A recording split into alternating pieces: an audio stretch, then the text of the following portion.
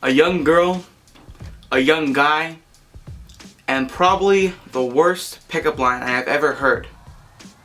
Oh, do I got a story for that?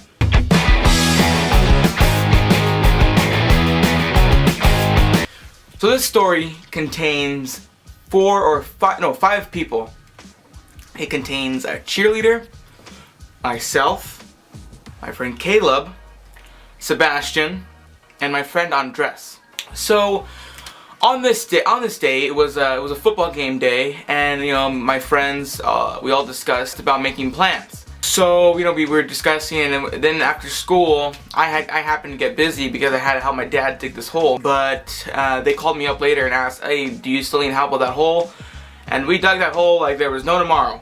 And that really has nothing to do with the story, but my friend Caleb insisted that I tell you that. So after that, we dug the hole, and then we decided, okay, well, that football game's still going on, so let's go. It was an away game, so let's go to that away game. So we all hopped inside the truck, and we went. Now this is where the main part of the story comes in. So we went to the game. We sat in our stadium, and then we happened to see Caleb's the girl that Caleb likes, and she happens to be a cheerleader.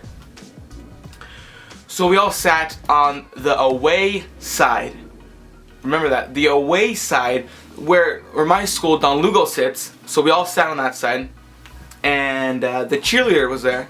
That's the girl that he likes. Oh, that's where she comes back in the story. She was on their side because she's a cheerleader. She didn't go outside and cheer. She was just on the stadium, like, cheering for the cheerleaders for some reason. And so we were all sitting there in the away side, and we sat like 5 seats away from the girl. And like we kept insisting, Caleb, go talk to her. So like every time they made like a score or a touchdown, every time they made a touchdown, we'd like move closer. Touchdown, we move closer. Touchdown, we move closer. So then eventually we got to the point where Caleb was right here and the cheerleader was right there. They were close.